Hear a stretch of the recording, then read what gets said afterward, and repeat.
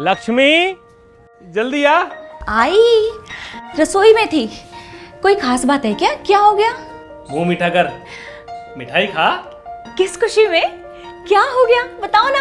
अरे सुनेगी तो तू भी खुश हो उठेगी। तो बताओ ना जल्दी। अरे वो हमारी टमाटर की पूरी फसल बिक गई और वो भी अच्छे दामों पर। बयाना भी मिल गया। मुझे मूर्ख समझे हो क्या? अभी तो फसल बोई भी नहीं और बिक भी गई। बना रहे हो मुझे? ना ना, अरे बनाने वाली कोई बात नहीं है, सच्ची। अरे वो टमाटर से सॉस केचप बनाने वाली कंपनी है ना, उन्होंने करार कर लिया है।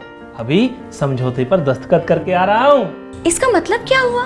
तू बैठ यहीं, सब समझाता हूँ। भारत सरकार किसानों के कल्याण और सन 2022 तक उनकी आमदनी दुगनी करने के लिए कृत संकल्प है। अनेक नई नीतियों और योजनाओं से किसान आत्मनिर्भर हो रहे हैं, परंतु किसानों के सामने आज भी कुछ चुनौतियां मौजूद हैं, जैसे निरंतर सिकुड़ता जोत आकार, मौसम और प्राकृतिक आपदाओं से जुड़े जोखिम और बाजार में आकस्मिक उतार चढ़ाव। कोविड-19 वैश्विक महामारी ने इन चुनौतियों को और भी गहरा कर दिया है। भारत सरकार ने तुरंत प्रभाव से कृषक सशक्तिकरण और संरक्षण कीमत आश्वासन और कृषि सेवा पर करार अध्यादेश 2020 लागू किया, जो अब एक अधिनियम का रूप ले चुका है। अब किसान के पास अनेक विकल्प है। अगर वो अपने खेत में ही अपनी उपज का सौदा करना चाहे तो वो कर सकता है, या फिर सीधे वेयर हाउस से इनाम से जुड़े व्यापारियों और संस्थानों को जो भी उसको ज्यादा दाम देता है उसके साथ फसल का सौदा किसान कर सकता है।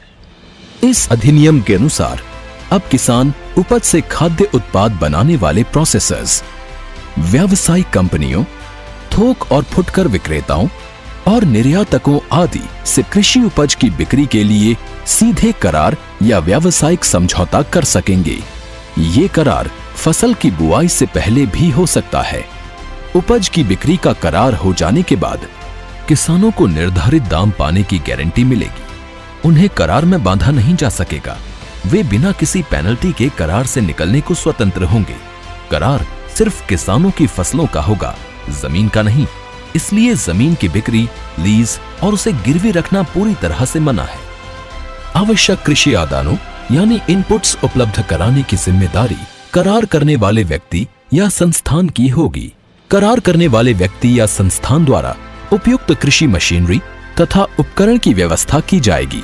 समय समय पर किसान को तकनीकी मार्गनिर्देशन और सलाह उपलब्ध कराई जाएगी और फसल के जोखिम की पूरी या आंशिक जिम्मेदारी उठानी होगी।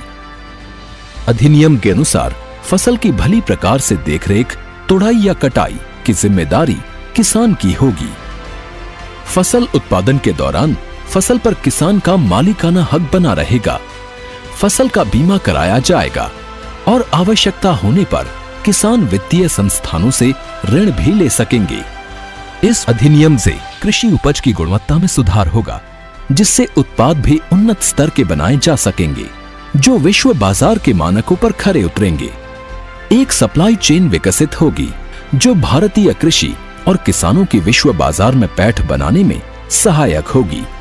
बड़े कॉरपोरेट के साथ मिलकर कई राज्यों के किसान सफलतापूर्वक गन्ने, कपास, चाय, कॉफी जैसे उत्पाद प्रोड्यूस कर रहे हैं। मौसम के जोखिम और बाजार के उतार चढ़ाव से सुरक्षा के कारण इस अधिनियम ने किसानों के लिए नई संभावनाओं और नई आशाओं के द्वार खोल दिए हैं। अधिनियम ने भारतीय किसानों की समृद्धि का मार्ग प्रशस्त किया है। अच्छा, ले अब तो मुंह मीठा कर। आत्मनिर्भर किसान, आत्मनिर्भर भारत।